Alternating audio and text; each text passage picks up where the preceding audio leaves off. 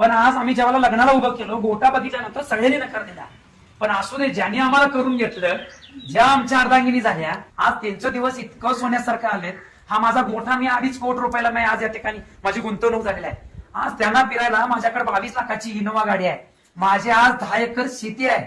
आज मला सांगायचं झालं तर मला 1.5 लाख आणि भावाला 1.5 लाख, 3 लाख महिन्याला मला पगार आहे. एवढंच नाही, 500 लिटर रोजचं माझं दूध आहे. मी आज व्यवसाय, माझ्या हाताखाली 14 माणसं काम करतात. माझं 12वी शिक्षण आहे.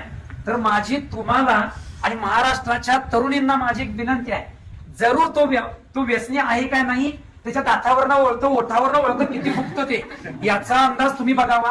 हे पहिलं निकष आहेत तुमचे, तुम्ही जरूर बघा. मी जरा सहमत आहे. तुम्हाला भविष्यामध्ये म्हणजे 16-17 जणांवर जर तुमच्या मिस्टरांनी जर केलं तर तुम्ही दोघं नवरा बायको 80 ते 90 हजार रुपये पगार पाडता याची गॅरंटी मी स्टॅम्पवरती लिहून घेतो, मी लिहून देतो तुम्हाला.